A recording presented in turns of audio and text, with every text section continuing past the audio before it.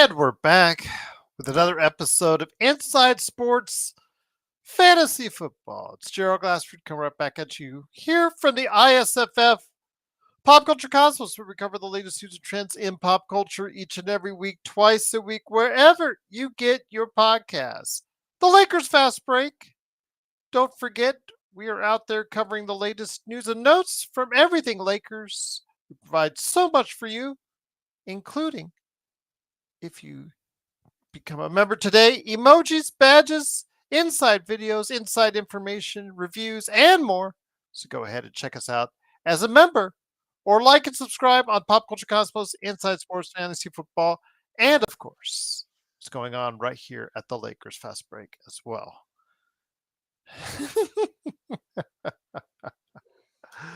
It is, of course, NFL Week 11 on the horizon. It actually just started. Just got through with a exciting game. And for me, who has Saquon Barkley, that's kind of looking like a below average day until a 20-second span, 2 good touchdown runs, and my week is starting off a little better for NFL Week 11. And here today to discuss the topics in the NFL, plus has his picks for NFL Week 11. Good man indeed. Of course, Chris Ardieri is normally here with us, but he was going to be arriving too late, so we wanted to go ahead. I'll just go and give him the week off. It is, of course, Joe Soro. Joe, great to have you here, aka Oxide247 at LakersBall.com and Simulates with a Y.com. Joe just got started with a good week to week 11, but I wanted to ask you on week 10, we now have a pattern forming. We now have not one, but 2 dominant players for the Baltimore Ravens. And Lamar Jackson, who is looking like right now as the NFL MVP, but not too far behind is Derrick Henry, proving Tennessee wrong, because I'm sure Tennessee thought when they let him go that, oh, there's not much mileage left on that guy. Well, he's proving them wrong. Lamar Jackson has returned to form, and the Baltimore Ravens could have an offense that, if you have them on your fantasy team, could take you all the way to the championship game. I think even the Ravens are surprised at how well Derrick Henry has played. Derrick Henry is an anomaly in today's NFL in that there's a running back that's at the big 3-0 that is still dominating. And the reason why maybe he hadn't dominated the last few years is because Tennessee slowly deteriorated in terms of a full capacity football team. Mm-hmm. I still say that Tennessee made a gigantic mistake not going after Tom Brady a few years back. Had they gone after him, they would have won a Super Bowl. I have no doubt. That team was structured for just one quarterback that could play, and they would have went all the way. I was in complete, just surprised that they didn't. You had Mike Vrabel there who played with Tom Brady. You had the perfect team, yet Tampa Bay ended up getting Tom Brady. And at that time, Tennessee was a much surer bet than Tampa Bay. Tampa Bay became the sure bet that year, sort of. I think they hit the right kind of momentum there in that wild card game in week 1, or I should say in playoff wild card week 1. And then they just kind of rode it into a Super Bowl win. And as far as Lamar Jackson's concerned, this might be his best season, even ahead of the 2 MVPs that he's won. However, he's running into the Steelers this week, and the Steelers have been pretty dominant over him. At some point, it's likely that will end and he'll have a good game. Could be this week. But the Steelers and the Ravens, no matter who or what and what record there is, they're always going to be competing. So we're going to find out here who kind of takes the division, so to speak, mantle. And that's really all that's going to happen this week. Who ends up getting up a half a game after the week, or maybe a game and a half, depending on if the Steelers win.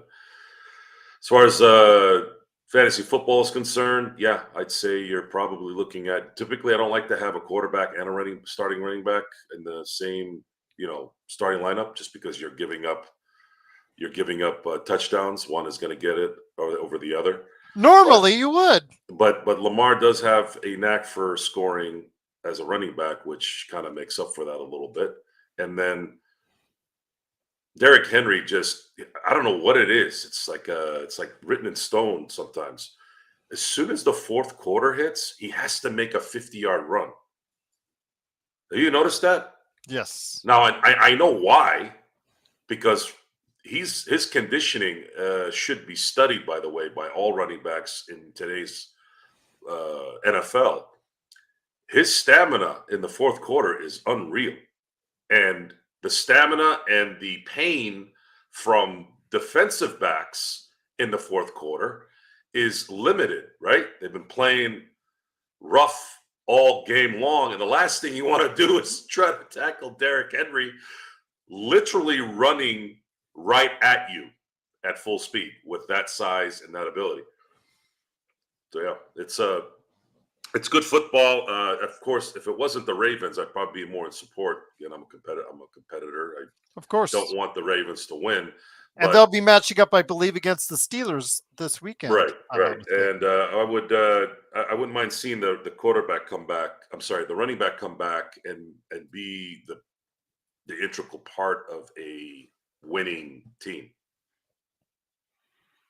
Well, again, if you are if you'd have grouped them up, Baltimore or Philadelphia, I know, Joe, I would agree normally to that, prescription you're doling out there. But my God, man, if you are part of Baltimore or Philadelphia, you're actually doing really well in your fantasy league right now. Jalen Hurts just popped into second place on the fantasy football charts over Jamar Chase and Derrick Henry, and Saquon Barkley, after, again, like I said, those two late touchdowns, like you were talking about, he pulled a Derrick Henry, went over Derrick Henry into fourth place. Derrick Henry slid down from third to fifth, but that can all change on Sunday. Normally we would not prescribe you to load up on the same team with your quarterback and running back, but my God, Lamar Jackson's having a sensational year. You said about the running, as far as is concerned, he only has 2 TDs running this year. He is a 24-2 TD interception ratio, Joe. That is absolutely insane. Yeah, it's Aaron Rodgers like. Aaron Rodgers was notorious for throwing 30 touchdowns for every one interception. It's his best season. Yeah. Even better than his 2 MVPs. And if he doesn't get hurt, he's going to win his 3rd MVP. However, Lamar Jackson has to not every really good quarterback is going to win Super Bowls. There's a history there. But there is something that happens in the playoffs that's kind of kryptonite for Lamar Jackson, and that is he's got to be more relentless. It wasn't his fault last year that he lost to KC. He had his receiver kind of screw him with that stupid penalty that ended up coming back. But he's got to understand that he's got to do that all 60 minutes. Otherwise, you risk not doing things. But he doesn't even have a top receiver. He is doling out all these touchdowns to a variety of receivers.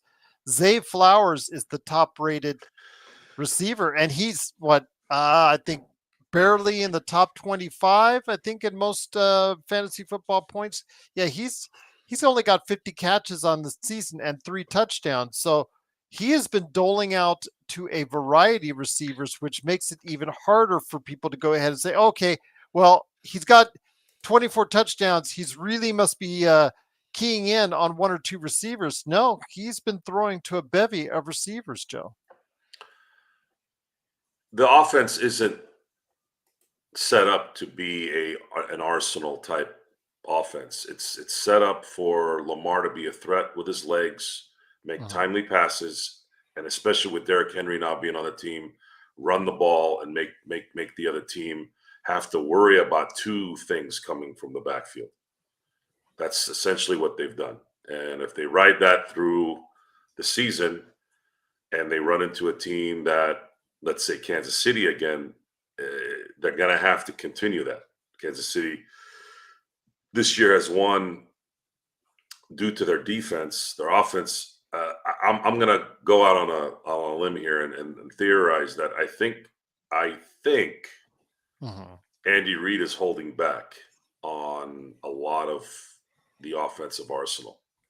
I would agree with you on that. And, it reflects as far as those who have taken KC players on their fantasy football charts, because starting with Mahomes, they've had a lot of issues with the receivers, running backs. They've been going through the gambit. They're now finding success with former players who've come back to the team. Yeah, even Mahomes, like I said, Mahomes is nowhere near what he once was at the top of fantasy football charts, Joe. The NFL is very quick to figure you out. Can you adjust? However, how are you going to adjust to a team that keeps winning?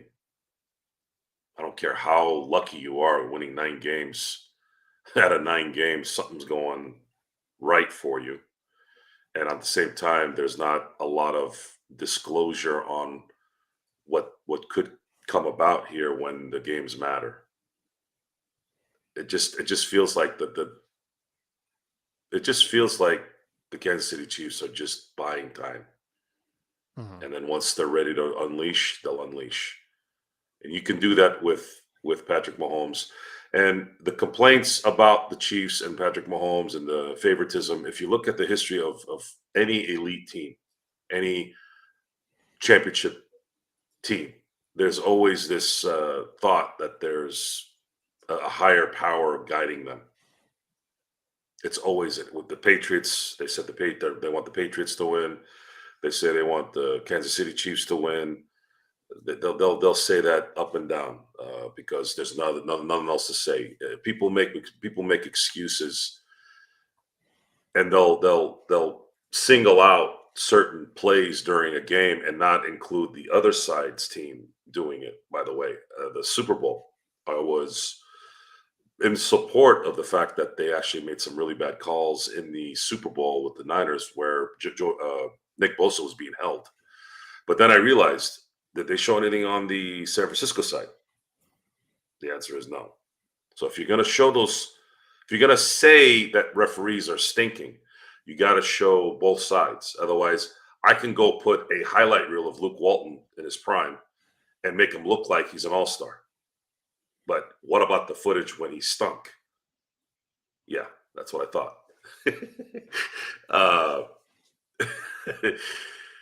The NFL is in a weird spot right now.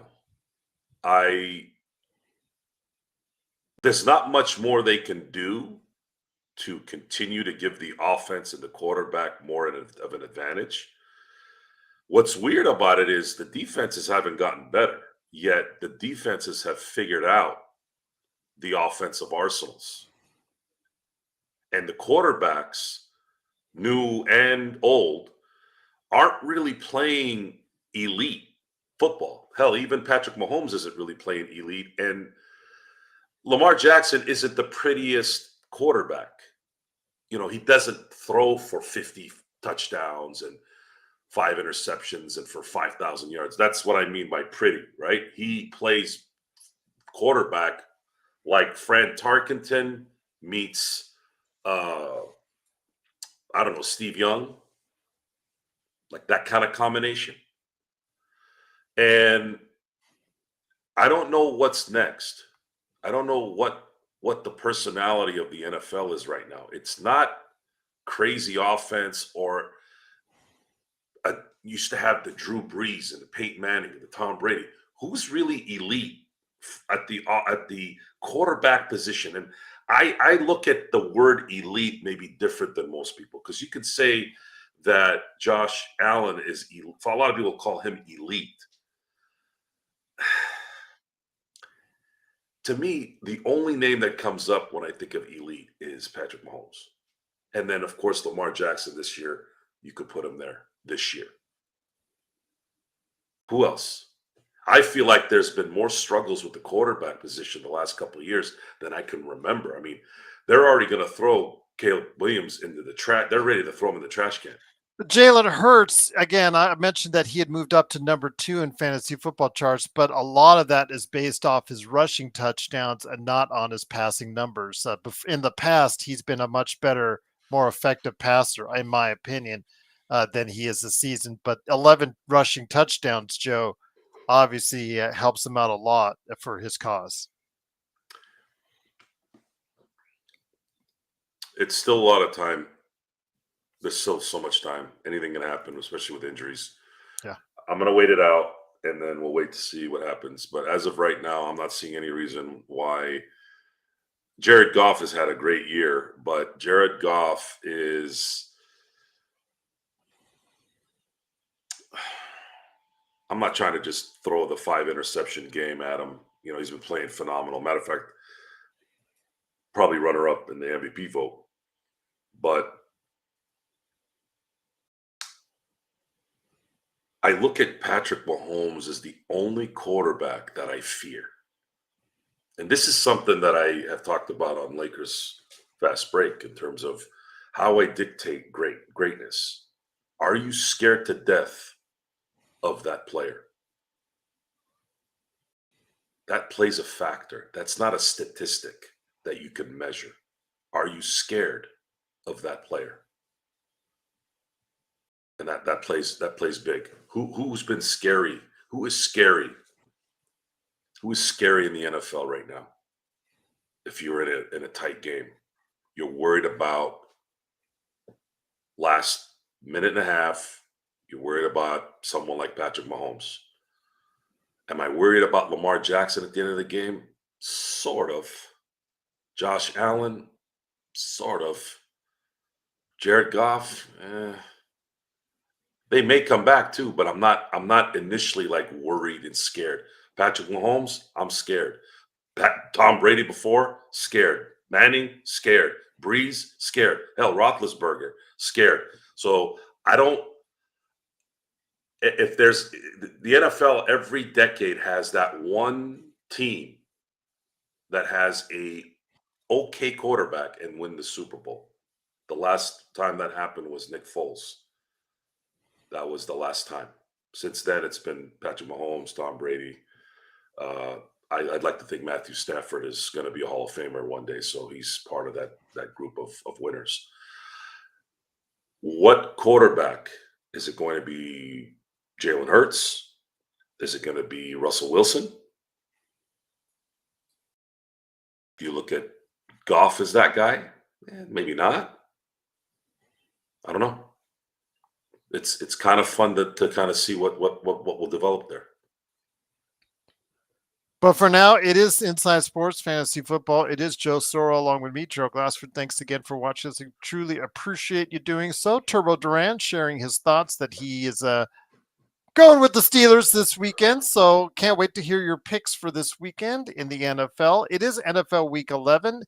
And before we hit to the doghouse, woof, woof, woof, what are your thoughts on for either fantasy owners or some other eye-catching games that you think people should be aware of? We just saw a pretty good one in Philadelphia. What's going on with some of the games and matchups that you think would be of interest or note? I think there's a lot of, for sure, there's a lot, this week has a lot of confident picks. So if you look at this week, you have the Packers playing the Bears. I have the Packers. You have the Lions playing the Jaguars at home. I got the Lions. You have the Dolphins playing the Raiders, the Dolphins. You have the Rams playing the Patriots. I feel pretty confident that the Rams can go into New England and beat New England. The one that's kind of iffy is the Browns and Saints. I think the Browns could squeak that one out. Steelers and Ravens, it's a pick 'em at this point. I don't know who to pick. If I had to, with a gun to my head, I'm picking the Steelers because they're at home. Minnesota playing the Titans, obviously Minnesota. I think the Jets beat the Colts. I'd say that's probably my upset of the week. Last week was a bummer. That Lutz from the Broncos ruined it. I won the spread. I knew that they weren't going to lose. I knew with all of my heart that Casey wasn't going to cover 7.5, but I wanted to win too. And that idiot took forever to kick. I don't understand what was going on there. Like, I'm sitting there and I rewound that damn play so many times. I'm like, am I hallucinating? Or did he take forever to kick that damn ball? You're not shooting from 50. You were shooting from the 40. Why didn't you just kick it right away? You should have been up higher, quicker. But anyways, it's a good week, I think, if you are parlaying things. I think you have a good shot at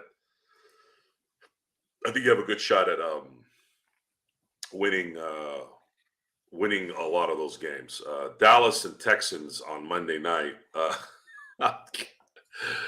Oh man, I don't know what else to say about the Cowboys. It's the ongoing joke is the denial, the delusion of Jerry Jones is. I never thought it would get worse, and it has. And I'm not against it. The Dallas Cowboys going down in flames is part of the culture if you're not a Cowboy fan. In a lot of ways, it's kind of like the Yankees. But I don't like to compare those things, because when I look at the Yankees, they're actually a respectful organization. They actually have Hal Steinbrenner is a good man, and Cashman's a good man, and Brett Boone's a good man, and I like Judge and Giancarlo Stanton, and I like that team, other than that piece of shit Verdugo. And when you look at the Cowboys, I don't really dislike a lot of the players there, but Jerry Jones is a schlepper, and all his kiss asses. It's like, when is someone going to go public on Jera and just finally say, this old man doesn't know what the he's doing? Yes, I know I'm going to get fired now, but there's 31 other teams that'll probably give me a chance now to hire me. So I don't know. Just Cowboy Nation, what are you doing? This guy's been doing this to you since 96.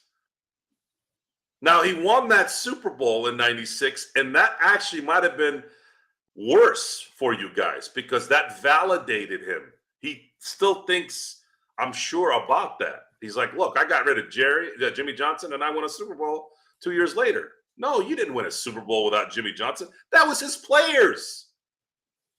That was his players. You don't need to coach Troy Aikman and Emmitt Smith and Michael Irvin. Those guys were staples already, and they almost lost that Super Bowl, by the way, because Steelers unfortunately had a D-plus quarterback.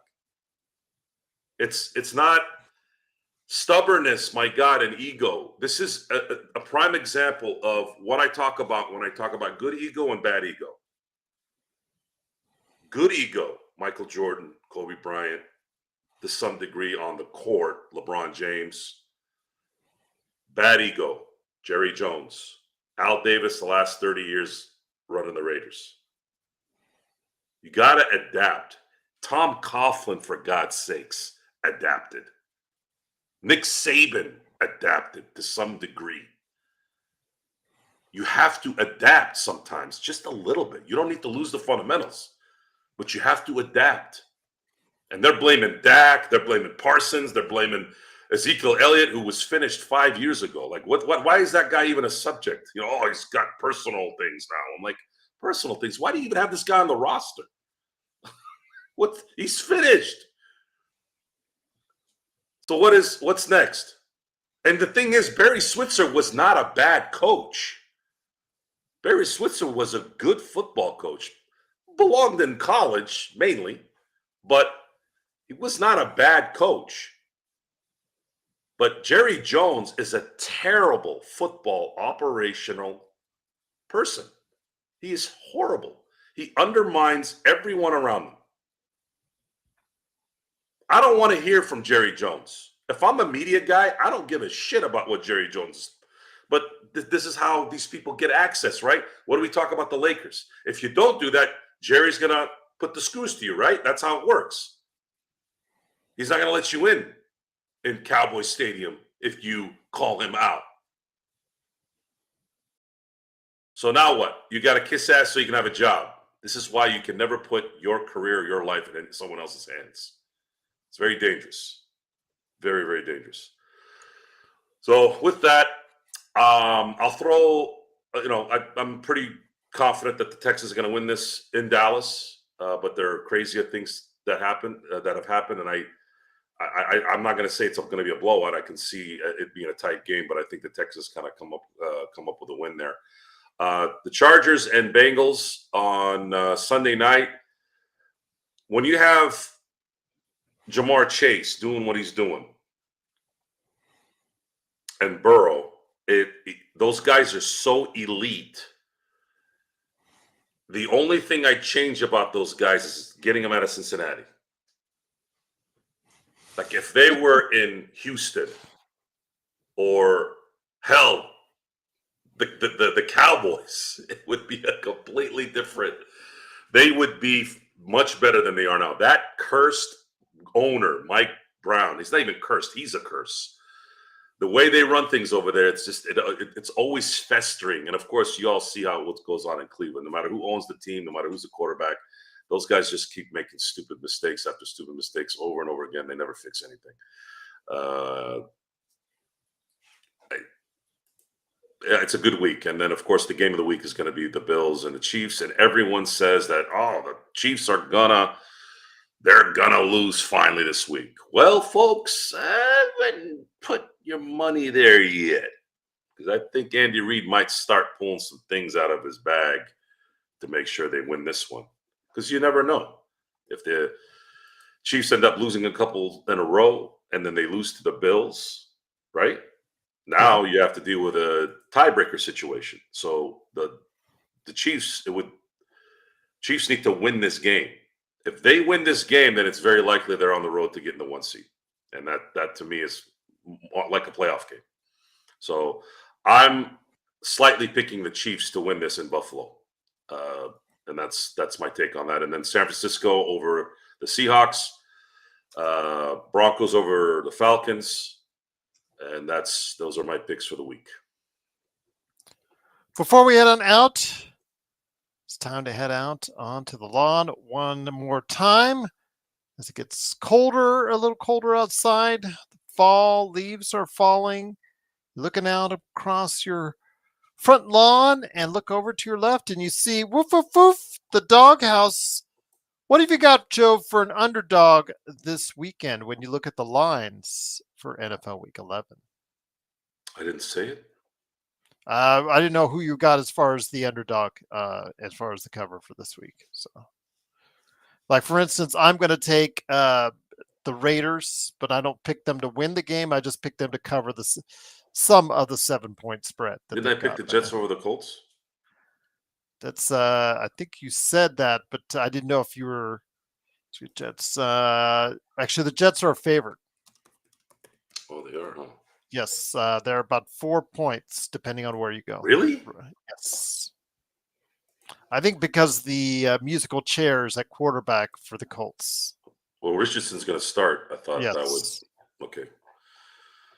Okay, well, I got to pick an underdog. So let's say.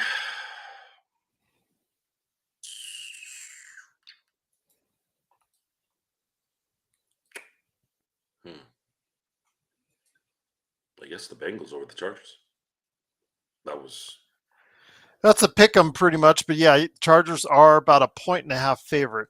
Yeah. To a point, yeah. So you're getting this week's game. This week's NFL is very, very clean. It's probably one of the cleanest weeks they've had. That's why I still think the Dolphins are going to win in Las Vegas, but I think they are not going to be able to cover the spread because I think it's actually going to get higher. Am I the only one thinking that Mike McDaniel's being harshly judged this year? How so? I mean, he's got a quarterback that's being stubborn about retiring. I'm not saying he should retire, but I'm also saying that maybe he should think about it. It's a good way to say it. Yeah. I don't. eh, I think Mike McDaniel is a really good coach. It's up to debate on whether he's a good head coach, but in today's NFL, you're only as good as your starting quarterback. Anyone who loses their starting quarterback is likely going to suffer, right? Yeah. So is Mike McDaniel's seat hot, especially if he loses this game? Yes. It is? I think it is. Okay. And on that note, it is Inside Sports Fantasy Football. If you have any questions on your team, any lineup questions, waiver wire, things we can answer, or if you want to go ahead and need some assistance on helping your team prepare for its playoff run, go ahead and let us know. isfantasyfootball@yahoo.com. Well, Joe, thank you for stopping by. Chris Sardieri is hopefully going to join us next week. But for now, I'm going to see if I can go ahead and get us on over into while on the fly. I'm going to do this on the fly. We haven't done this ever on the fly. So I'm going to do it on the fly while we're live, running into the Lakers fast break. Going to see if we could do that on the fly. But for now, want to thank everyone for joining us on Inside Sports Fantasy Football.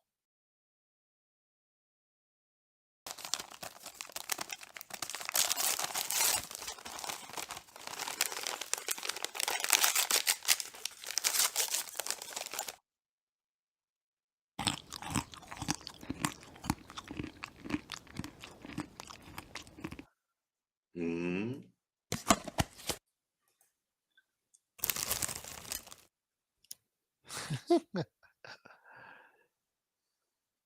And we're back with another episode. Yes, Intel. We will talk some b-ball now of it for the Lakers Fast Break podcast. It's Gerald Glassford coming right back at you here for the Lakers Fast Break. You got a problem, Intel, with how we construct our show?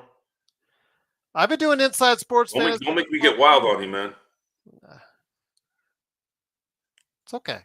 It's just, again, I record Inside Sports Fantasy Football for doing it for 6 years. Going to keep on doing it.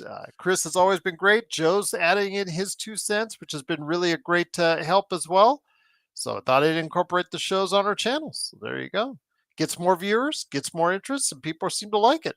So they talk football like Joe. Joe is always talking football. So there you go. I don't think the crowd knows. I've said it, but they don't really know that football is him to me. Yeah, you've always said that's numero uno in your Football is numero uno. Mm-hmm. However, I love all my teams equally. Oh, it is, of course, the Lakers Fast Break. Truly appreciate you joining us. Of course, it is Gerald Glassford and also Joe Sora as well. Thanks again for watching this. A big shout out. And I'll be adding in today on this episode our new members into the mix down below. So we'll be looking out for that. But go ahead and make sure you catch Joe Soro, aka Ox1947 at LakersBall.com, and his company, Simblades, and his upcoming game you can get soon, within 8 days and counting. Yes, on Steam. Corrupt, Coreupt on Steam. There you go. Also, as well, of course, the Lakerholics crew. Hopefully, they'll be back this weekend to fight each other and to talk about the Lakers. Lakerholics.com. Of course, Empire Jeff TV, Lakers in 5. Of course, also as well, John McCalian channel, Daniel Barry Sports Highlights. Yo, John Costa's channels, Clutch Talk and Lakers Corner. He was here last night. He was getting all rowdy after the Lakers victory. And of course, our good friend Stone Hansen, Legend, and Alfred Esmond as well. But please make sure you like and subscribe. We're at 1,897 subscribers. So close to 1,900. You can help us. If you're not yet subscribed, please do so. Hit that notification bell so you know each and every time our channel has something going on right here at the Lakers Fast Break Podcast. And don't forget to become a member today. Inside information, emojis, badges, and so much more. To everybody listening on audio, go ahead and come on over to YouTube and sign up today. Just $2.99 a month to become a member of the Lakers Fast Break. Well, Joe, I wanted to go as the subject for today was someone who had a breakout game. Finally, the breakout game that we have been waiting for, the reason why we have been excited for Dalton Knecht since he's been drafted from Tennessee with the 17th pick.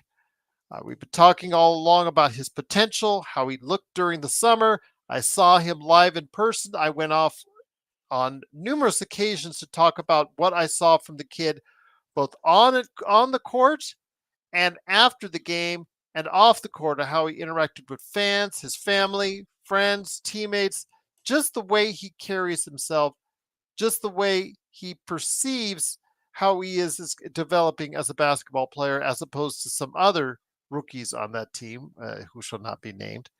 But seeing him and getting the opportunity after what was a promising preseason, finally, JJ said, you know what, enough's enough. I'm going to give this kid some burn.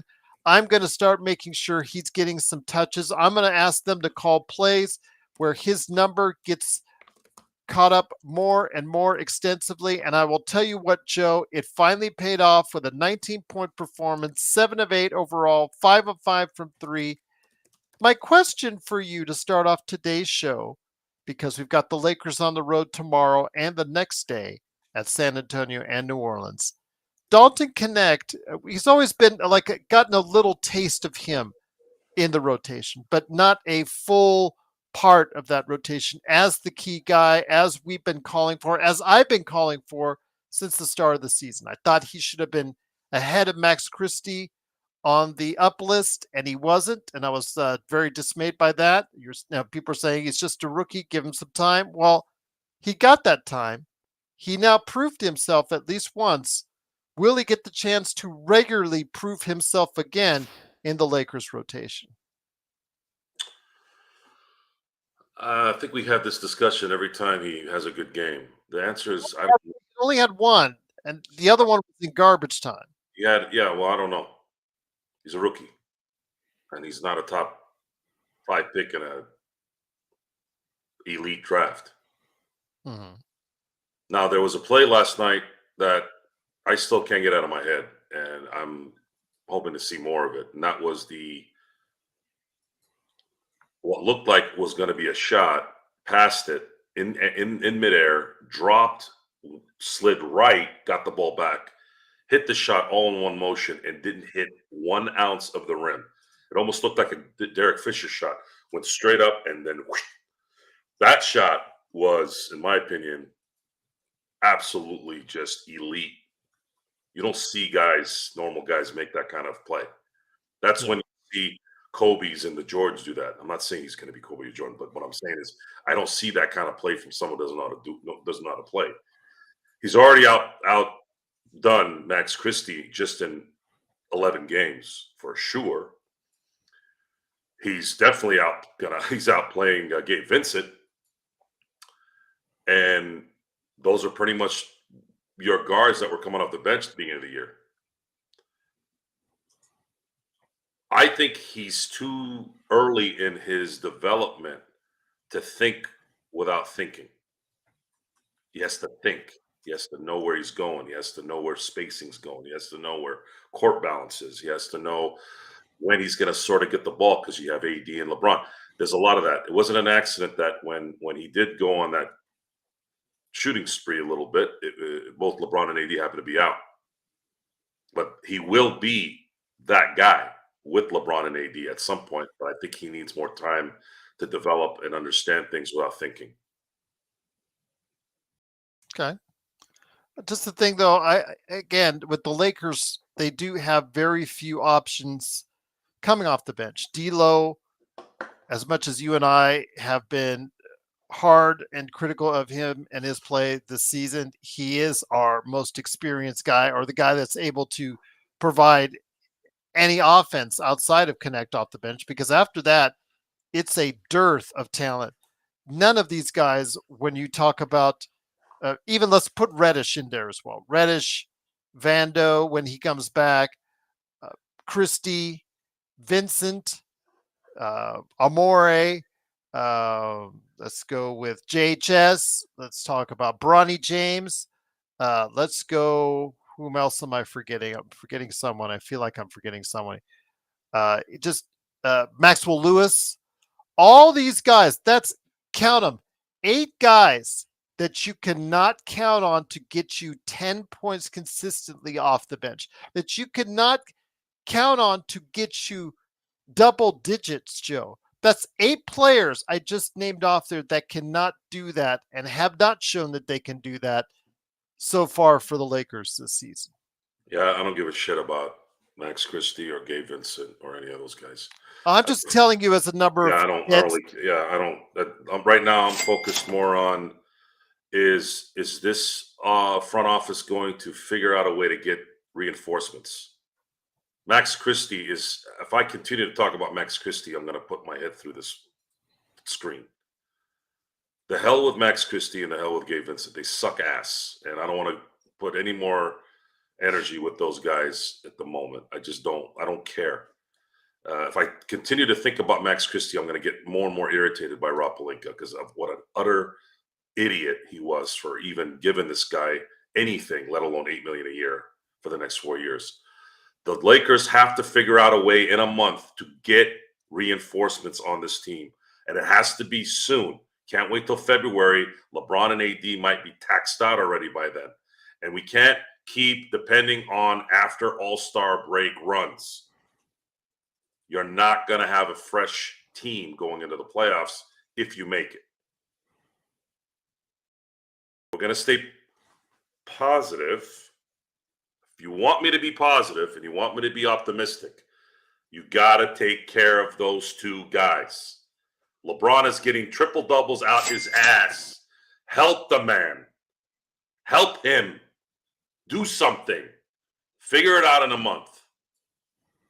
Because you haven't done shit this summer.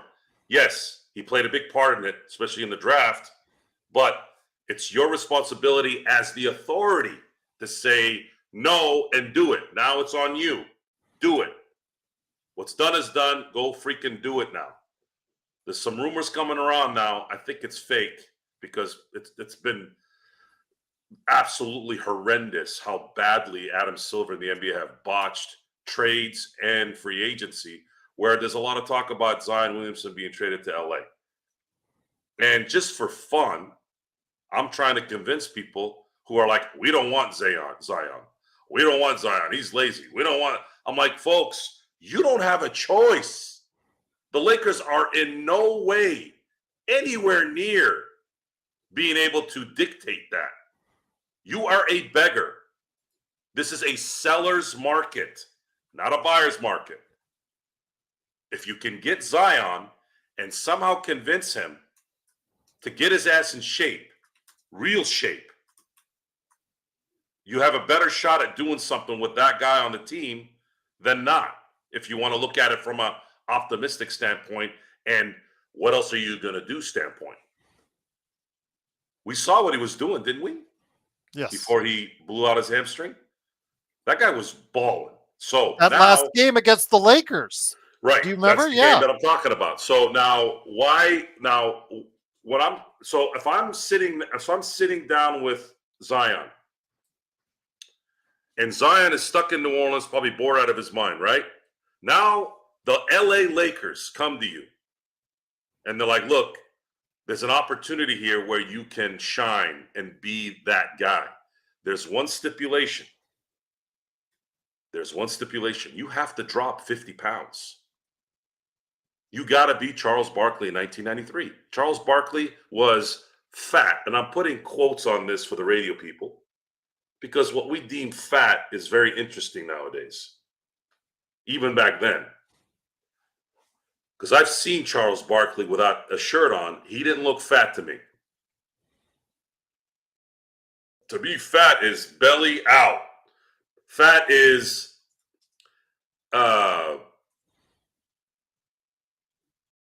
Anthony Miller, right? Was it not Anthony Yes. Miller?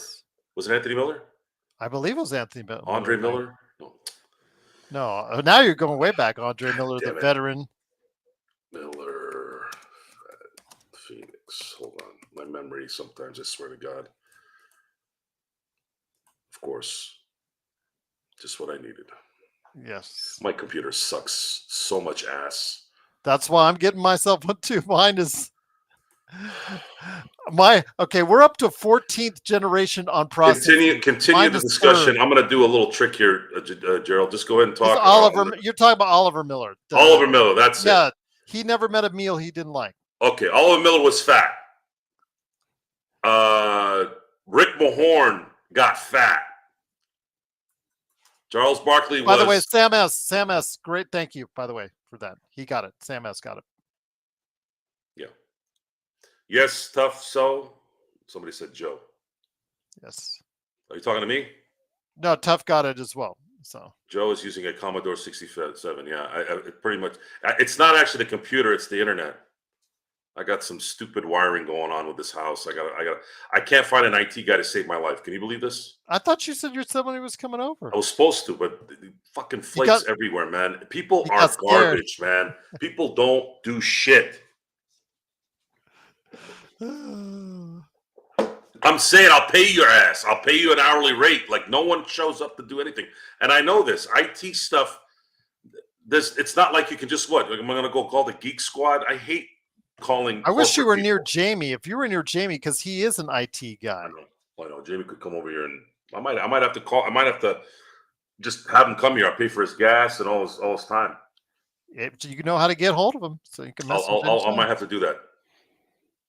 But anyways, that's McDonald's Wi-Fi. That was classic. I don't think I know that story. No. He was just saying JSJ is saying you have McDonald's Wi-Fi. That's how bad it is. Because if you're never mind. Yeah, like I said, I don't know what that means. I didn't know McDonald's had Wi-Fi. They do at every location, but it's not that great. But anyways, getting back to what the Lakers are all about, man. Again, just so many inept players, so many dead space rosters, positions, so many players who cannot give you what you need to get on the offensive end, Joe. It's frustrating. I named 8 players who I don't think can get us 10 points in the next game. That's depressing, Joe. That's more players than you actually. That's more players that can't get us 10 points than can on that team. We already knew this. We've already talked about it. I'm looking at the development of Dalton Knecht. If he can be a guy that could be consistent off the bench, cool. But Laker fandom have to understand that we're going to need LeBron to be LeBron James, and we need Anthony Davis to be Anthony Davis. Austin Reeves has improved a little bit this year. He was down at the beginning of the year last year, not this year. He struggled to start off the season, but he is really in the past. Really, well, I mean, how can you say start off? I mean, it's been a week and a half, basically, of games, right? Total, like when you factor in the games, it's 11 games. It's barely started yet. Okay, I'm not gonna go with that back and forth with you. So you barely started the season. You can't say, "Oh, well, he started slow in games 4." I mean, come on, it's you're learning a new offense. You have a new coach. Shit takes time sometimes, and he's been able to expedite it a little bit. Rui's Rui. D'Angelo Russell's probably, other than I'd say D'Angelo Russell's probably the most frustrating player right now on the team, because I expected those who aren't playing well to not play well, but I thought, can D'Angelo at least hit his shots? Can he at least make a goddamn layup with his right hand at some point? Especially in a contract year. I don't think that guy gives a shit about a contract year. He's been in a contract year for the last 3 years. Not going to get a contract. He'll get a contract. He'll always get a contract. He won't get the one he wants. That's just. And he'll do fine on a bad team somewhere. If he got a contract in Charlotte or New Orleans, somewhere around there, he'll probably drop 15, 18 points a game and make money for the next 5-6 years. But this guy needs to be our third guy, and he's not. He just isn't. So now Austin Reeves has to step up.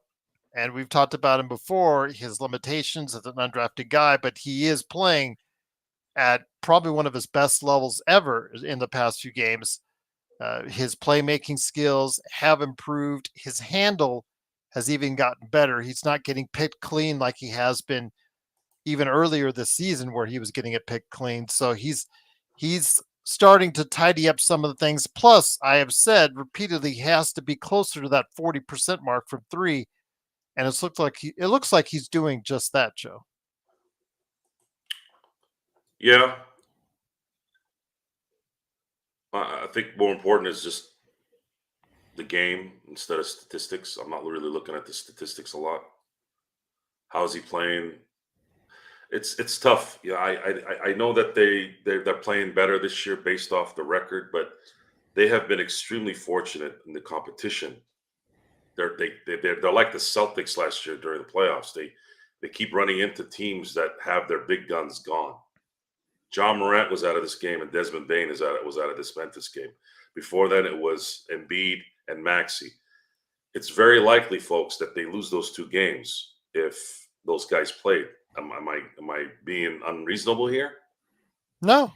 No. So there's really the assessment on the team isn't really fulfilled at this moment because they've been fortunate to play certain teams without their top guns. Not only their top guns, but dual top guns. Alan says, have you seen the effort D'Lo gives on defense? Up until he went, Lack thereof. Yeah, that's part of the reason why he went to the bench, because he was terrible and giving no effort on defense.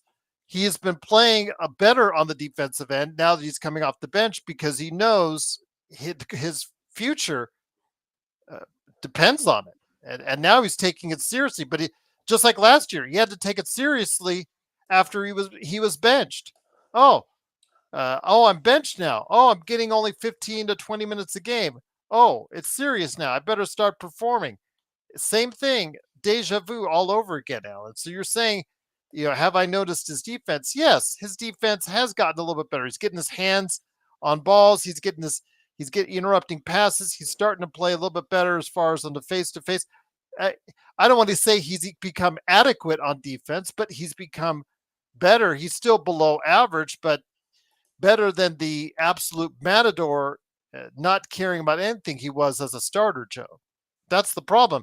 Does it always take to have to bench D'Lo before he starts to care on the defensive end? I don't know if the right word is care or just not focused. His brain is not in it. I don't think there's a focus there with D'Lo.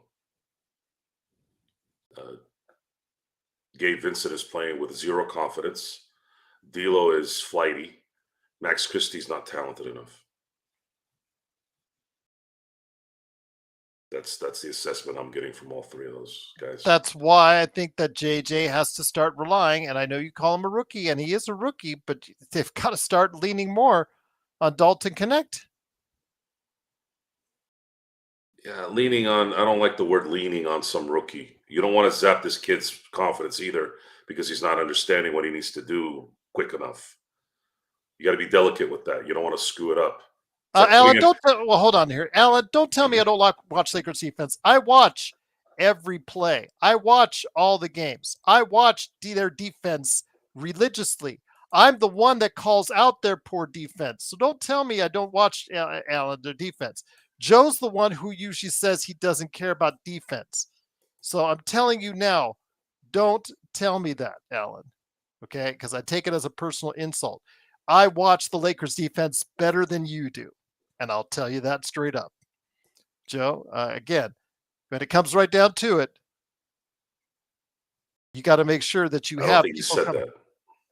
Well, I know what he said. I know what he said. And if you read the way he wrote it, then isn't it? But if you watch Lakers defense, that's all I needed to say. No. You read that wrong. You're into your feelings right now. Well, you're into yours. Come on. No. Look, he said, Gerald, if you watch the Lakers defense, he's not saying you're not watching defense. He's explaining the story. Like if he was talking to you in the room, he'd be like, now if you watch the Lakers defense, he's saying it in a way with it's not rhetorical, but it's I understand D'Lo yeah. was standing straight up. That's part of the reason why he's been a matador when he's a starter. He is playing with more focus and effort coming off the bench. It is that simple. It is there on the tape. I have been watching it. Hold on. We need to clear this up first. He did not say you didn't watch defense, so you got to understand that. I'm saying it. Well, though he phrased it with No, saying, he Gerald, didn't if you phrase it watch wrong. Lakers, He was he did explaining to it. me. I am taking it that way. So Well, you're wrong then. well, I am not wrong. Well, then No, don't you are wrong. tell him. No, you are wrong.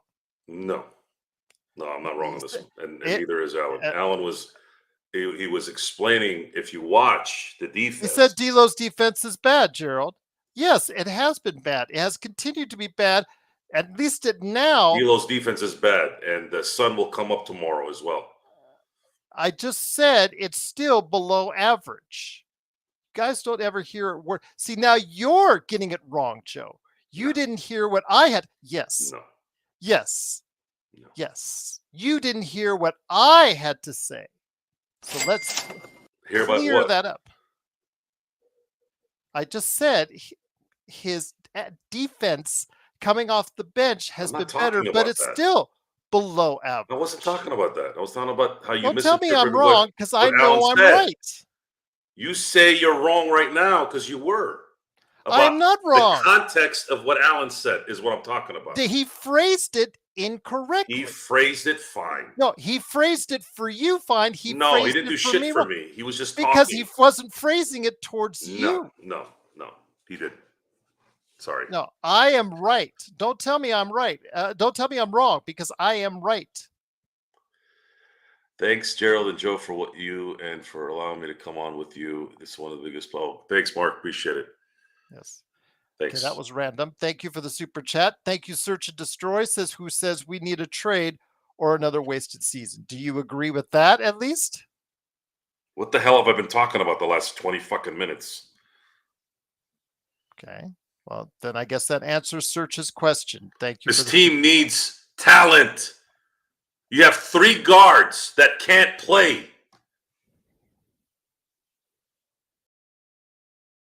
In a guard league, 40% of the shots in the NBA are 3-point shots. I'm going to say that again. 40% of the shots in the NBA so far this year, all 30 teams, is a 3-point shot. You have a guy named Gabe Vincent who can't shoot anywhere. He's been throwing bagels, plain bagels, not the nice buttery ones or the jalapeno bagel plains, which, by the way, I still like, but that's who he is. Then you got Max Christie, who looks like he hasn't played basketball in his life when he's out there. And then you have D'Angelo, who's worse than both of those guys because he has the talent to be very, very good. And he's doing nothing. The occasional 3 here, the occasional nice pass there, but not enough for a 48-minute game where you have to continue to require LeBron James to be LeBron James. Can you give this guy something at this point? We're in this rut. Can somebody help this guy? No, I guess not. Question is who, right? I'm on Lakers ball. They're talking about, we don't want Zion Williamson. Oh, you don't want Zion Williamson. Oh, do you want Max Christie, Gabe Vincent, and D'Angelo Russell? I would take Zion right now with one leg over those 3. At least I know he could jump and score.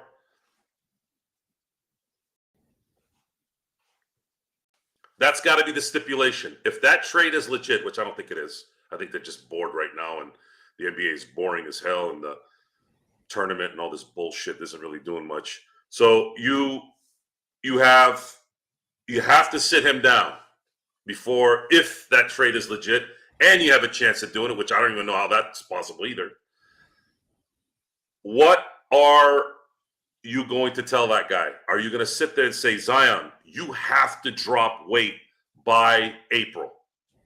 We're talking at least 30 pounds. But then when the offseason comes, you got to get to 240, 250. Anybody who tells me that Zion is under 300 pounds, you are stupid. I'm not even going to respond to it. You're just dumb. That guy's 300 to 320, somewhere around there. Might even be more. He needs to be at 250. And he'll have an unreal career, an unbelievable career. So get your shit together, Zion, if this actually is something that's been pondered. Adam, please stop. Stop with these rumor sites and all the trash that they put out there. It's do not tell me that the Bucks are interested in Gabe Vincent. Would you, in your right mind, as a GM of another team, actually be interested in a player who's averaging 2.9 points, has made what did we say yesterday? How many 3-pointers? He's averaging, well, I'll just base it on stats. He's averaging 16% on 3-pointers, averaging 2.9 points a game. And you're saying the Bucks would be interested for a guy who they would have to pay next season as well, Joe. Who's going to want him? The Lakers don't even want him. Come on. You guys are just, man, you guys go to like the Braun sites or, all those Laker Nation sites. You just lap all that stuff up. You guys go off on me.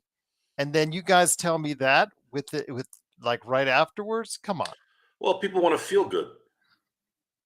They want to feel, ooh, somebody wants Gabe Vincent. Guys, you don't think that's premeditated?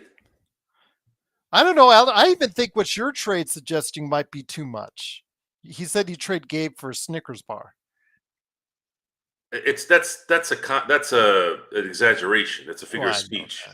The bag of chips. We know that they're not going to trade him for a Snickers bar. Yes, but I was joking. That the point of that discussion is, honestly, I would if I go get a Snickers bar right now from the Halloween candy, I'll be more satisfied with the Snickers bar than Gabe Vincent right now. So maybe it is true. It's ridiculous how bad some of these guys are. They're worse than we thought. I thought Gabe Vincent, sure, we know he's not going to shoot well, but Jesus Christ, 0 points? Was it his last? I mean, Intel says he can't remember last time he saw Gabe made a basket. Wasn't that one in the corner with the shot clock going off? Yeah. At 3? I think that was the Wasn't last. that a game? Wasn't that against Toronto, though? I don't think he didn't score against Memphis. Yeah. So, I mean, he was 0 of 6, I think, overall from yesterday. I'm not a big Doritos guy. I can eat it, but Doritos don't do anything for me. I don't like to sit there and go, ooh. I miss the Doritos in the yellow bag, just the plain Doritos. I miss those days. They used to just sell them.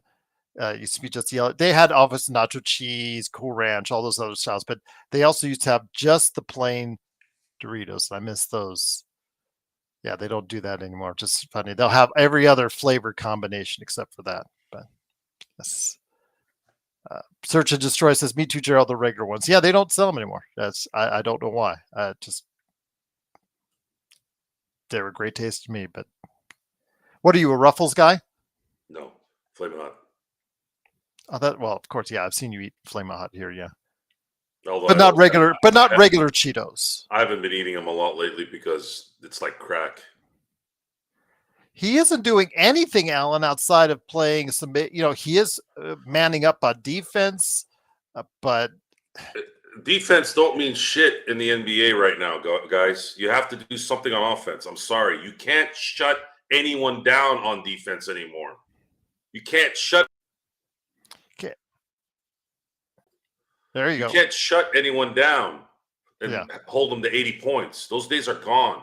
If you can't provide anything on the offensive end, look at Marcus Smart. He's being exploited even more. He can't score. As soon as he got bounced out of Boston, they won a championship. You think that's a coincidence? No, they got Drew Holiday. He could score and he could play defense. But the problem is, if you're JJ, you cannot put a Gabe Vincent out there with a Reddish or a Max Christie or any one of those guys that can't score the basketball, because it just leaves it. You're already 4-on-5 going on the offensive end because you have a guy that's so bad on the offensive end, and you can't pair him up with your better defensive guys like Cam Reddish or Vanderbilt or whatnot, because they can't score either. So it makes it even harder for the team to go ahead and score. So they're going to play San Antonio tomorrow and New Orleans the next day. And what did you know? Wemby's now came off of a 50-point game, Joe. Yeah, they're winnable games, and then they're going to play Utah. After that, they're going to have a couple days off. They're going to play Utah, and then they're going to have a day off after Utah, and then play Orlando without Paolo, at least for right now. Yeah. So the Lakers they have drawn some really, really lucky games here. There is Well, I was going to say up until the 28th, Joe, you're right, because that's when they play Denver. No, they play Denver on the 23rd. But then the problem there is they got to go. Well, they're going to have a couple of days off there. I'm telling you, their schedule right now is really favorable. They just by sheer luck and the fact that they're getting some days off between really, really good teams. There's a good chance that they can be 3-1 in the next 4 games, which would leave them at 10-5. Oh, that's right. They're at home. 10-5 after 15 games. Then they face Denver at home. But then they got to go to Phoenix a couple days later, go back to San Antonio. I'd say the last half of December, that's when things start to get tight, because they're going to be playing in Sacramento in back-to-back games. They're going to be playing a good Detroit team. Detroit's starting to come up. Golden State, Sacramento again. They play Sacramento 3 times between December 19th and December 28th. Now, this we agree upon, Alan. Dalton has to hit for us. He has to be a player that can do it consistently. But as I've said so far this season, Joe, him getting the right amount of minutes and also being included in the offense when he gets out there. It just seems sometimes he was just going back and forth, and they were ignoring him in the offense for 4 or 5 minute stretches where he'd just be running back and forth and not being involved. A guy like that is a shooter, first and foremost. And as you know, the shooters have to be in a rhythm. They have to get touches like, either every other possession or something more consistent. You cannot just ignore him like you've been doing in previous games. See what happens when you include him as part of the offense. He got 31 minutes. I'm not expecting to keep on getting 31 minutes, but 20 to 25 minutes. But just keep him involved in the offense, Joe, and just don't let him sit in the corner all the time getting ignored.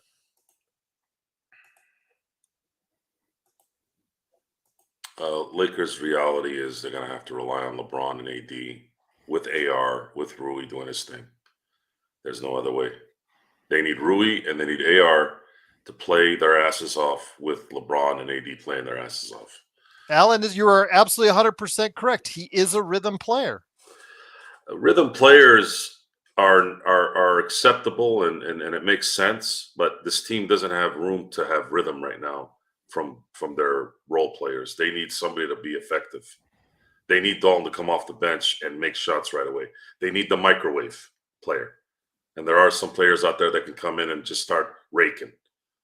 Dalton needs to develop that ability, but it's too early. He's a rookie. It's probably likely in year 2, year 3. But as that guy. Alan says, if you do want him coming off the bench, Adam, you just got to run plays for him. Remember, running plays is one thing, but you guys aren't listening to what I'm saying. This is a rookie. If you guys had paid attention a few games ago, he got yelled at. Actually, I think it was this last game, actually. No, it was 2 games ago. Was it 2 games ago? Okay, so after the first quarter, JJ came out in the middle of the court, and he kind of grabbed LeBron, and then he was yelling at Dalton before they went to commercial. Guys, he's a rookie. He doesn't know what the hell he's doing. It's just, you guys think it's just easy. Oh, just make a play for Dalton? What if he's not cutting where he's supposed to go? What if he's not setting up depending on what the defense is throwing at him quick enough? This is hard. I'm sure he wants to do it, but he can't at the moment. Can't just hope that some rookie is going to just be this guy that you want him to be. It doesn't work like that. The Lakers have to depend on their vets. LeBron, AD, AR, and Rui. Those four have to play well every game until Rob can somehow manifest a miracle. Anyone else? I am not depending on anyone else. If Knecht continues to play well, cool. Great. I don't trust Gabe Vincent. I don't trust anyone else. I trust Jackson Hayes a little bit, but there's also a threat that he might not be available in a few months either. So we're screwed there even more. Koloko, sure. I think he's kind of done some good things in the few minutes he's been playing. But I'm not gonna hang my hat on that. Yeah, I mean, D'Lo's killing this team. If I had to really pick somebody, it's D'Lo who's killing this team right now. Because if D'Lo was playing like he played after January last year, right now they'd probably be 9-2, and they would be a little bit more, I guess, spread out. You'd have 5 guys that are really doing stuff. Yeah, the depth sucks, but there's a lot of teams in the NBA right now where their depth is not that good. Denver being one, the Celtics to a degree. You know, they really run a 6-man rotation, really, with like really like top notch. But the thing is, their 6 are phenomenal. Their chemistry is great. They can make shots. They can play defense. Mazzulla's a good coach. They're in tune with what they need to do. But yeah, it's you all got to kind of understand a little bit more of what's going on in NBA basketball. Sometimes I think we get into our feelings too much, and you're not understanding what's common sense on the court. Before we head on out, it is, of course, the Lakers Fast Break. Truly appreciate you joining us. I did want to mention to you, and I want to ask this real quick. When it comes to what was said earlier today on ESPN, you know that there is a requirement by ESPN to talk about Lakers, nothing but Lakers, as much as possible. You're going to love it because Stephen A. Smith basically said that the Lakers have every opportunity to get to the Western Conference Finals. And right now he says they look like a team that is headed in that direction. I'm paraphrasing when I do say that, but yes, he did put that out there. So I know a lot of people are, especially our most optimistic of Lakers fans, are going to take what he says over what anything we can say. So what do you say in response to what Stephen A. indicated right now about what the Lakers could possibly do in a playoff run? I don't dislike Stephen A. Smith like a lot of people do. A lot of it's derived from jealousy.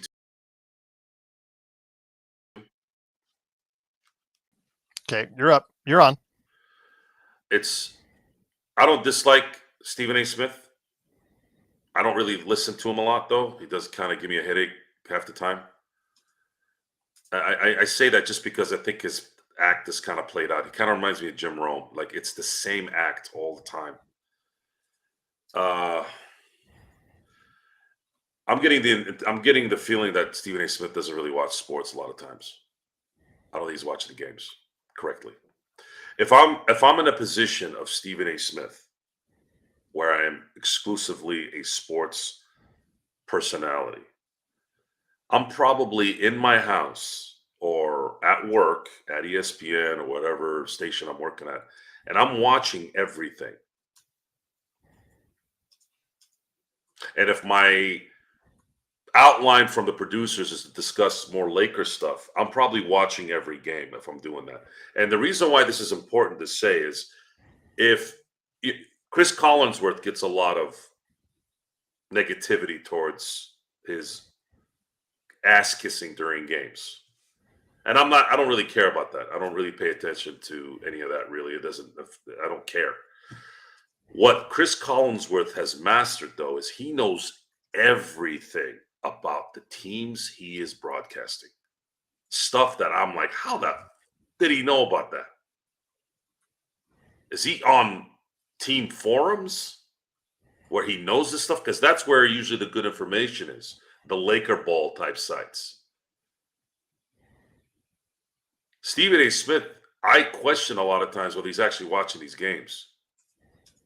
And it's not just him. It's usually the horrible hires that ESPN's kind of had the habit of doing. And it becomes this credibility situation. Well, what do you mean this team has got a chance to go to the Western Conference Finals? Does he know who they played the last 3 games without the competition? Yeah, I know LeBron has had 3 great games, but does he have those games if he has to battle versus a John Morant and a Desmond Bane, or an Embiid and a Maxey, or a Scotty Barnes? Every single game in the last 3 games, the star player, and these guys are good players, all-star players, MVPs, were not available. So why would he view those 3 results and conjure up, oh, these guys are ready to go to the Western Conference Finals? And by the way, what the hell does that even mean anyways? Is it kind of like the shock jock mentality? Why is it Western? Why Western Conference Finals? Why not just say the finals? If they're gonna get to the Western Conference Finals, what, they're gonna lose to Denver? They're gonna lose to Dallas? Like, what does that even mean? He said WCF. So I don't know if it's shock jock. I think you give him too much credit if that's the case. I think he's not watching the games. Okay. Really. That does not make any sense. If you've got an assessment off of those 3 games that determined that the Lakers are going to dominate enough to get to the conference finals in what looks like a extremely competitive conference, even more so than last year, then you're an idiot. Now, the Lakers have taken advantage of the situation. That should be commended. They won. Cool. But there needs to be things that have to happen if there is any chance of that happening. And he needs to be talking about that. If they indeed are a Laker station talker, you have to watch these games and pay attention, Mr. Smith, because what you're saying right now, it sounds like you don't watch the games. And if you do watch the games, now you're just straight lying. Now you're just making shit up. why do you think he would go and say that? Why do you think he would felt These that? stations have producers that want certain things to be done. I don't see how that would be a surprise. What was that? Your mic is going out, G. Oh, hold on. That's why they have the emphasis on the Lakers, is because the fact that, the demographics say they need to speak about the Lakers quite often in their NBA coverage. Okay, so let's talk about what we just discussed. These guys that go to these clickbait places on YouTube and websites. Maybe him saying that brought in the audience. Maybe the producers told him that. Hey, say something like the Lakers have a chance to go in the Western Conference Finals. Boom, you're gonna get a lot more clicks. When I saw that on I don't watch ESPN on TV as much like I used to, but I do go to the website, and then you get that headline soundbite. And as soon as I read Stephen A. Smith thinks that the Lakers can go to the Western Conference Finals, I didn't even click on it. I said this is stupid. Well, you know why? Because of LeBron's 3 straight triple doubles. So the question was asked to him was, how far can LeBron carry the Lakers? That's how far. He hasn't been able to carry them for 3 years. It's not smart to rely on, as great as LeBron has been in his career. If you think after 3 years of him being younger than he is now, and he can't get there with LeBron being LeBron, and AD, of course, playing at that level. What makes you think that this is going to happen this year? He's a year older now. So what? Now what? Where did you come up with that assessment? even with the same team that they have LeBron now. needs help. Now, this isn't LeBron needs help when he was with Miami or Cleveland or the ongoing joke that LeBron always needs help. No, little LeBron needs help right now. He is too old to carry this thing, especially with the competition in the West. It's just not going to happen. Now, if he was in the East, with the way the East is playing right now, you essentially have a two-man race, a two-team race right now. The East is back to being a shithole again. So now that's a different story, but not in the West. We have to worry about the San Antonio Spurs, and they're not even a playoff team.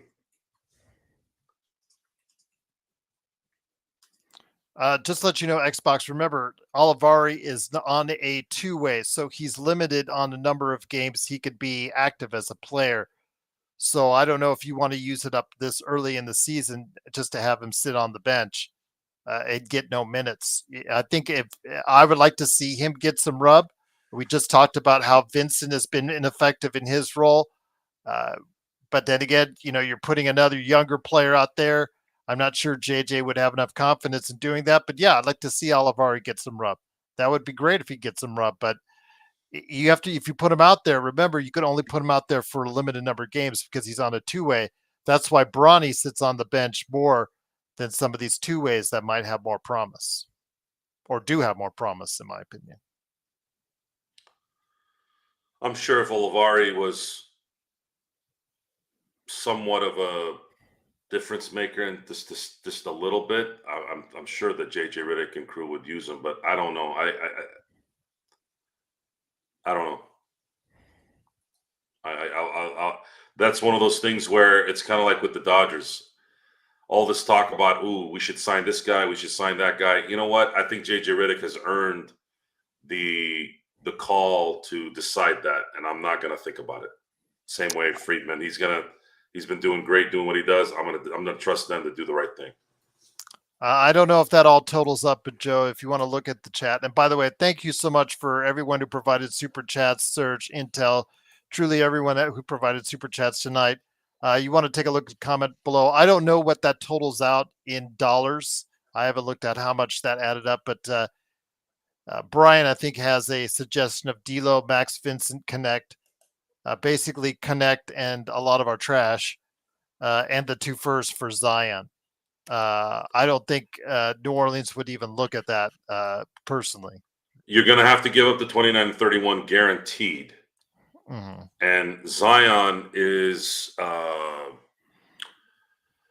Zion. The Lakers. You have to also understand New Orleans has got a pretty high payroll, right? So there's some incentive in figuring something out there.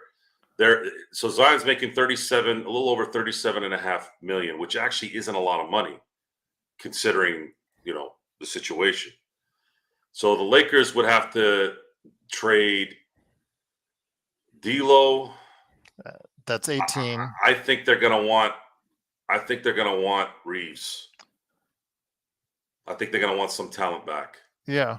So it's gonna be Reeves, D'Angelo Russell, because that's an expiring contract, and then maybe they'll take Christie. I don't know, because that kind of gets you at 37 plus the 2 draft picks. Yeah, that's probably the trade that would probably work. The Lakers would have to give up someone that they don't want to give up, which is you beggars can't be choosers in that situation. That's a big risk, though, if you're taking on Zion. Oh no, you have to really be a psychiatrist here. God help us with Rob Pelinka. You have to sit down with Zion and have him. You're gonna have to talk to him like you're Pat Riley. Like, you're gonna be in shape. You are going to be in shape, and you're gonna drop 50 pounds by the summer. You are going to, if you drop this weight, you will be a superstar. Somebody needs to somehow get into that guy's head. It's a lot of ifs, even with that. But I'd rather risk that, guys. I'd rather risk. At this point, the Lakers have no choice.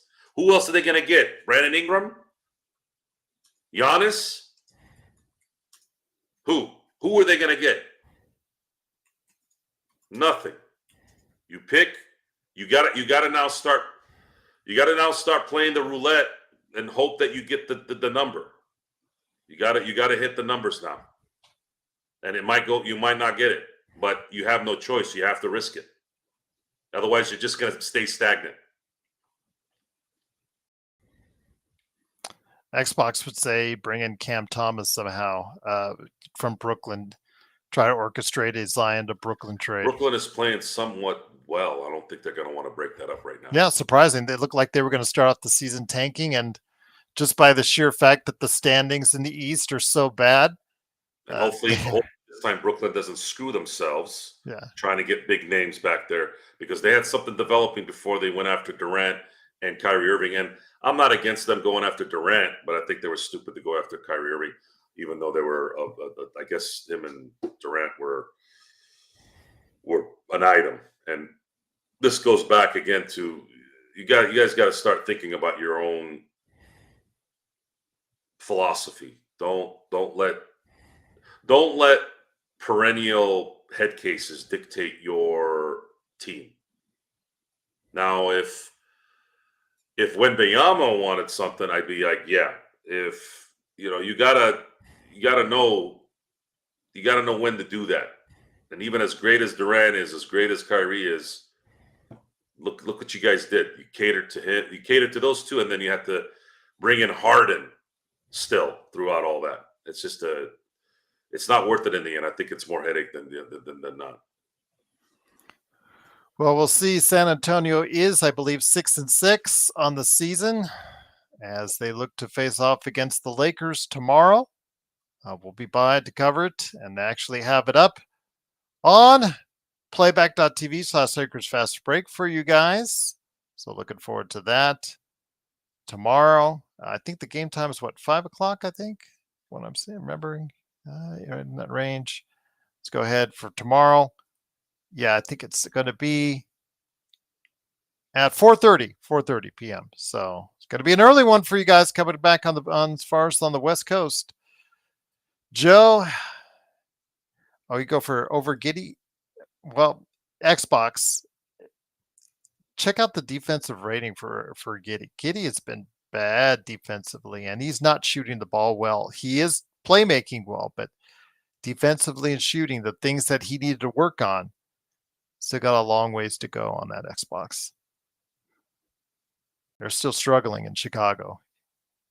But you're on mute. Chicago, Giddey. I don't think they're going to trade him. No. But to check out the Bulls, do I have to? Yes, I have been, actually. I think a lot of people have been, as far as the Lakers end, they've been checking them out because of the fact that they're still enamored with Zach LaVine until he gets injured again. There's a guy that's also pretty sketchy on that end. They're 5-7 Xbox. And again, Giddey is one of the worst rated defenders in the NBA now for starters. So I know you love Giddey. And it's hard to say that whenever I say anything about Giddey, but defense and shooting is something he's always had to work on. That's why he was traded away from Oklahoma City. And right now, at 42%, he's got to keep that. Even though that's scary, though, Xbox, he's 42 right now, but he's only 43 overall. But we'll see. Got to keep that 42 stroke. 43 overall means he's not hitting much else outside of his threes. So we'll see. We'll discuss it. Yeah, we'll see. Joe, any last thoughts before we head on out? Pay attention to clickbaits, folks. Yeah. I don't know who exactly would be interested in Gabe Vincent. Use the noodle. Now, next year with his expiring salary, that's a different story. But yeah. I don't even know if that matters.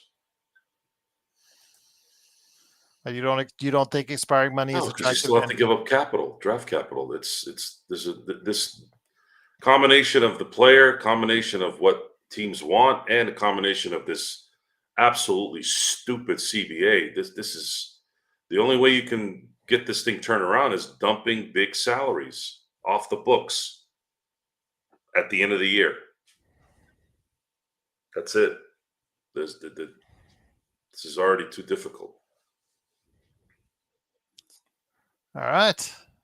Yes, Adam, could be worse. You could be the Dallas Mavericks, who lost the only game tonight. And yeah, we're 5-7. They didn't have Kyrie in the lineup tonight, so yeah, not a good start for the guys who, like you said, Joe, might have been affected more than we thought on what happened in the NBA Finals. Yeah, they got their souls taken away, much like Gabe Vincent against Denver. That's when I don't think he's ever recovered from that finals. Well, not getting off on a good start right now. So same with Vanderbilt against Denver in the Western Conference Finals. He got exploited. And Alan saying Clay is washed, and I'm not going to say differently. Clay is washed. I try not to be too derogatory towards Clay because I like Clay and I like his pops, but a shredded leg in the NBA, it's just not going to work out for you in the long run. It's back to Luka Doncic doing everything again. Yes. For that team. And I would love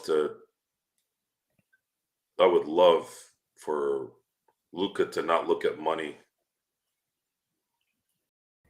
here in a few years and decide, you know what, I'm going to test free agency.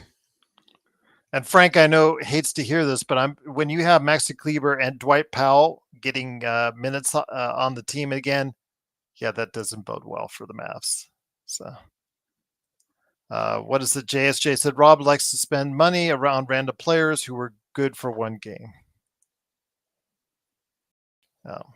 Again, we don't have players that can score the basketball coming off the bench. That's a hard thing to do. So. Well, I kept being told that guys like Derrick Lively were these next level type players. And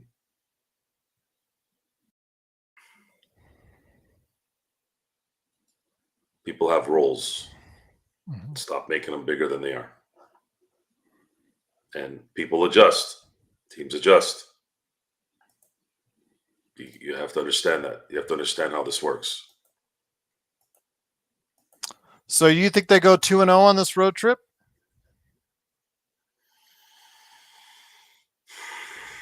You think they split it? I feel very strongly that they'll split. They will win both. I think tomorrow night's game is the one that they need to win. If they win tomorrow, I feel strong that they're going to beat New Orleans. But if they lose tomorrow, yeah, 1-1. I think I'm feeling pretty comfortable 1-1. All right. Well, on that note, it starts tomorrow in San Antonio, 4:30 p.m. We'll hit you up with a quick pregame. JSJ say, what are the odds Gabe misses a game tying 3 or winning 3? I think you said that earlier, or you or somebody else said that earlier. I don't even think he should be in the game at that point in time. But Joe, what are the odds Gabe misses a game tying 3 or winning 3?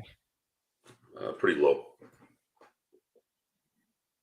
Since the Reddish pass, I have not seen the team get that ball to anyone that didn't belong having the ball.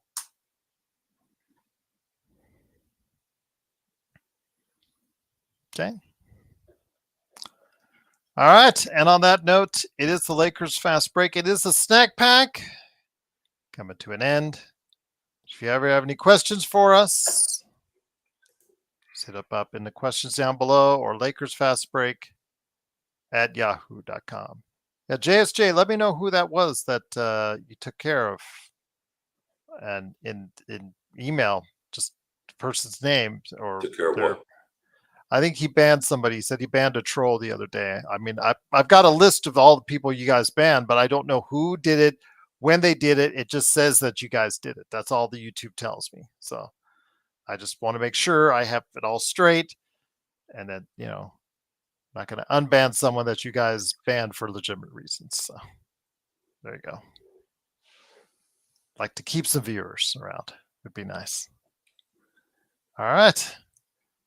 Joe, looking forward to a good game tomorrow. Start of the 2-game road trip in San Antonio. Looking forward to getting our coverage starting tomorrow. We'll see what happens. I'll be in and out. Joe hopefully be here as well. See what we can do. We might even have a surprise for you tomorrow. We'll see who stops by right here at the Lakers Fast Break Podcast.